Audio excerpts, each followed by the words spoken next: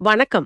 Reserve வங்கியோட புதிய தங்க கடன் விதிகள் பத்தி சில செய்திகள், அறிக்கைகள் வந்திருக்கு. அத பத்தி நாம இப்ப கொஞ்சம் விரிவாக பார்க்க போகிறோம். ஏப்ரல் 1, 2026ல இருந்து இந்த மாற்றங்கள் வரப்போகுது. இது உங்களை எப்படி பாதிக்கலாம்? கடன் வாங்குறவங்களுக்கும் சரி, குடுக்கறவங்களுக்கும் சரி. இதோட அர்த்தம் என்னன்னு புரிஞ்சுக்கிறது தான் நம்ம நோக்கம். சரி, முதல்ல அந்த பெரிய மாற்றம். கடன் மதிப்பு விகிதம், அதாவது எல்டிவி, லோன் டு வேல்யூன்னு சொல்றோமே அதுதானே. ஆமா. குறிப்பா சிந்த கடன்களுக்கு ம். 75%லிருந்து 85%-ஆ ஏத்திருக்காங்க. இது சாதாரண விஷயம் இல்லையே. உண்மைதான். இங்க ரிசர்வ் வங்கியோட அணுகுமுறை கொஞ்சம் சுவாரஸ்யமா இருக்கு. இது ஒரு அடுக்குமுறை எல்டிவி அமைப்புன்னு சொல்லலாம். அடுக்குமுறையா? ம். அப்படின்னா? அதாவது நீங்க 2.5 லட்சம் ரூபாய் வரைக்கும் கடன் வாங்குறீங்கன்னா உங்க தங்கத்தோட மதிப்புல 85% வரைக்கும் கடன் கிடைக்கும். ஓ, 85%. ஆமா. அதுவே 2.5 லட்சத்துல இருந்து 5 லட்சம் ரூபாய் வரைக்கும் போச்சுன்னா 80%. சரி. 5 லட்சத்துக்கு மேல போனா பழைய மாதிரி 75% தான். சோ இந்த அடுக்குமுறை சின்ன கடன் வாங்குறவங்களுக்கு இன்னும் கொஞ்சம் அதிக பணம் கிடைக்க வழி செய்து, அதே நேரம் பெரிய கடன்கள்ல ரிஸ்கையும் கொஞ்சம் கட்டுப்படுத்த பார்க்கறாங்க. ஒரு மாதிரி பேலன்ஸ் பண்றாங்க. ஓகே. அப்போ இந்த 2.5 லட்சம் வரையிலான கடன்களுக்கு ஆவணங்கள் விஷயத்துல கூட கொஞ்சம் தளர்வு இருக்கா? ஆமா, அது ஒரு முக்கியமான அம்சம். வருமானச் சான்று தேவையில்லைன்னு சொல்லிருக்காங்க. அப்படியா? ஆமா, இது கிராமப்புறங்கள்லயும் சின்ன நகரங்கள்லயும் இருக்கிறவங்களுக்கு கடன் வாங்குறத இன்னும் கொஞ்சம் சுலபமாக்கும். சரிதான். ஆனா 2.5 லட்சத்துக்கு மேல கடன் போச்சுன்னா கடன் கொடுக்கறவங்க கண்டிப்பா வருமானச் சான்று கேட்கணும். அவங்களோட பணப்புழக்கம், அதாவது கேஷ் ஃப்ளோ எப்படி இருக்கணும் பார்க்கணும். ஓ, அது எதுக்கு? கடன் வாங்குறவரால அதை ஒழுங்கா திருப்பி செலுத்த முடியுமான்னு உறுதி செஞ்சுக்கிறதுக்கு தான். பெரிய கடன்களுக்கு இந்த பாதுகாப்பு தேவைப்படுது இல்லையா? கரெக்ட். கடன் தொகை, டாக்குமெண்ட்ஸ் பத்தி பார்த்தாச்சு. ஆனா அந்த தங்கத்தையே எப்படி மதிப்பிடுவாங்க? அதுலயும் மாற்றங்கள் இருக்கே.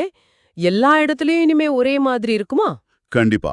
இப்போ தங்கத்தோட தூய்மை, எடை, அதோட மதிப்பு, இது எல்லாத்துக்கும் ஒரு ஸ்டாண்டர்டான நடைமுறை வருது. ம். எப்படி? ஐபிஜேஏ, அதாவது Indian bullion and jewellers association, இல்லனா சிபி நிர்ணயிக்கிற தினசரி விலைகள், இல்லனா கடந்த 30 நாள் சராசரி விலைய வச்சுதான் மதிப்பிடணும். ஓஹோ.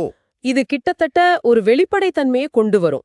நீங்க கடன் வாங்குறவரா இருந்தா உங்களுக்கு இது சம்பந்தமா ஒரு விரிவான மதிப்பீட்டு சான்றிதழும் கொடுப்பாங்க. அது நல்லது.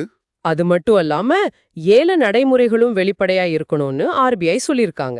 சரி. அப்புறம் எந்த மாதிரி தங்கத்தை எல்லாம் அடமானம் வைக்கலாம், எல்லாத்தையும் வைக்க முடியாதே.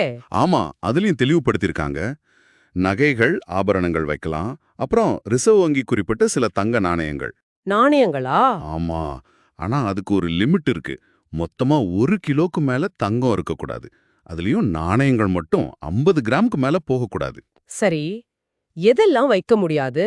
மூலத்தங்கம், அதாவது ரா கோல்டு, தங்க கட்டிகள், அப்புறம் கோல்டு இடிஎஃப், அரசு தங்கப்பத்திரம்னு சொல்ற எஸ்ஜிபி, இதெல்லாம் அடமானமா ஏத்துக்க மாட்டாங்க. முக்கியமா இன்னொன்னு சொன்னாங்களே, மறு அடமானம். ஆமா, அது ரொம்ப முக்கியம். ஒரு இடத்துல அடமானம் வச்ச நகைய இன்னொரு இடத்துல மறுபடியும் அடமானம் வைக்கிறதுக்கு தடை விதிச்சிருக்காங்க. இது சிஸ்டம்ல ரிஸ்க் அதிகமாகாம பாத்துக்க உதவும். சரி, இதுல கடன் வாங்குறவங்களுக்கு பாதுகாப்புக்கு என்ன நடவடிக்கை இருக்கு? குறிப்பா கடனை எல்லாம் கட்டி முடிச்ச பிறகு தங்கத்தை திரும்ப கொடுக்கறதுல தாமதமானா? அது அது ஒரு முக்கியமான பாயிண்ட். நீங்க கடனை முழுசா அடைச்சிட்டீங்க, ஆனா உங்க தங்கத்தை திரும்ப கொடுக்கறதுல லேட் பண்றாங்கன்னா, ஆமா. கடன் கொடுத்த நிறுவனம் தாமதமான ஒவ்வொரு நாளுக்கும் 5000 ரூபாய் இழப்பீடு கொடுக்கணும். இது நுகர்வோர் உரிமைகளை நல்ல வலுப்படுத்தும். ஓ, பரவாயில்லையே, இது நல்ல விஷயம். சரி, இப்போ கடன் கொடுக்கிற நிறுவனங்களுக்கு வருவோம்.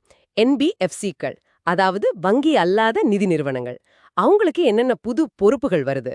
அவங்களுக்கும் சில கடமைகள் இருக்கு. கடன் வாங்கின பணத்தை எதுக்கு பயன்படுத்துறாங்கன்னு ஒரு கண்ணு வச்சுக்கணும். ம். தவறான விளம்பரங்கள், ரொம்ப மிகைப்படுத்தி சொல்றது, அதெல்லாம் செய்யக்கூடாது. தங்களுடைய நிதிநிலை அறிக்கைகள்ல கூட இந்த தங்க கடன் விவரங்களை வெளிப்படையா சொல்லணும். அப்போ முத்தூட், மணப்புரம் மாதிரி பெரிய நிறுவனங்கள், அவங்க எப்படி இத பாக்குறாங்க? நிச்சயமா அவங்க தங்களுடைய சிஸ்டம்ஸ், ப்ராசஸ் எல்லாத்தையும் இந்த புது விதிகளுக்கு ஏத்த மாதிரி மாத்தணும். இதுக்கு ஆரம்பத்துல கொஞ்சம் செலவு, நேரம் ஆகும். ஆமா, அது இருக்கத்தான் செய்யும். பெரிய கடன்களுக்கு ஆய்வு அதிகமாகிறதால கடன் கிடைக்க கொஞ்சம் நேரம் எடுக்கலாம். ஆனாலும் பாருங்க, இந்த அறிவிப்பு வந்த உடனேயே இந்த மாதிரி நிறுவனங்களோட பங்குகள் 2லிருந்து 7% வரைக்கும் ஏறி இருக்கு. ஓ, அப்படியா? ஆமா, இது என்ன காட்டுதுன்னா, சின்ன கடன்களுக்கான வாய்ப்புகள் மேல சந்தைக்கு ஒரு நம்பிக்கை இருக்குன்னு காட்டுது. சரி, அப்போ இதெல்லாம் வச்சு பாக்கும்போது நீங்க, அதாவது ஒரு கடன் வாங்குபவரா இருந்தா உங்களுக்கு என்ன முக்கியமா தெரிய வருது? உங்களுக்கு ஒரு சின்ன கடன் தேவைப்படுதுன்னா, இப்போ குறைஞ்ச டாக்குமெண்ட்ஸோட உங்க தங்கத்தோட மதிப்புக்கு ஏத்த மாதிரி கொஞ்சம் அதிக கடன் கிடைக்க வாய்ப்பு இருக்கு. அந்த 85% LTV வரைக்கும். ஆமா. அது மட்டும் இல்லாம மதிப்பீடுல ஒரு ஸ்டாண்டர்ட், தெளிவான விதிகள், அப்புறம் இந்த இழப்பீடு மாதிரி பாதுகாப்பு அம்சங்கள் இதெல்லாம் உங்களை சுரண்டல இருந்து பாதுகாக்கும். அதே நேரம் பெரிய கடன் போறீங்கன்னா கொஞ்சம் கூடுதல் ஆய்வீர் இருக்கும்னு எதிர்பார்க்கலாம். மொத்தத்துல பார்த்தா ரிசர்வ் வங்கியோட இந்த புதிய சீர்திருத்தங்கள் ஒரு பக்கம் கடன் சுலபமா கிடைக்கணும், குறிப்பா சின்ன கடன்கள். மறுபக்கம் ஒரு பொறுப்புணர்வு, வெளிப்படைத்தன்மை, நுகர்வோர் பாதுகாப்பு, இதுக்கு நடுவுல ஒரு சமநிலையை கொண்டு வர முயற்சிக்குதுன்னு சொல்லலாமா? நிச்சயமா அதுதான் நோக்கம். ஒரு வலுவான, வெளிப்படையான, நம்பகமான தங்கக்கடன் சந்தையை உருவாக்க RBI முயலுது. இது இந்த துறைக்கு ஒரு ஸ்திரத்தன்மையை கொடுக்கும். ஏப்ரல் 2026ல இருந்து இது நடைமுறைக்கு வருது. ஆமா, இந்த மாற்றங்கள் எல்லாம் வெளிப்படைத்தன்மையையும் பாதுகாப்பையும் அதிகப்படுத்துது. ஆனா இது ஒரு சுவாரஸ்யமான கேள்வியும் இருப்புது. என்ன கேள்வி? இந்த புதிய கட்டுப்பாடுகளுக்குள்ளேயே கடன் கொடுக்கிற நிறுவனங்கள் எப்படி புதுமைகளை புகுத்தி, அதாவது இன்னோவேட் பண்ணி, வெவ்வேறு கடன் வாங்குறவங்களோட தனிப்பட்ட தேவைகளை இன்னும் சிறப்பா எதிர்காலத்துல பூர்த்தி செய்ய முடியும்? இத பத்தி நீங்க கொஞ்சம் யோசிச்சு பார்க்கலாம்.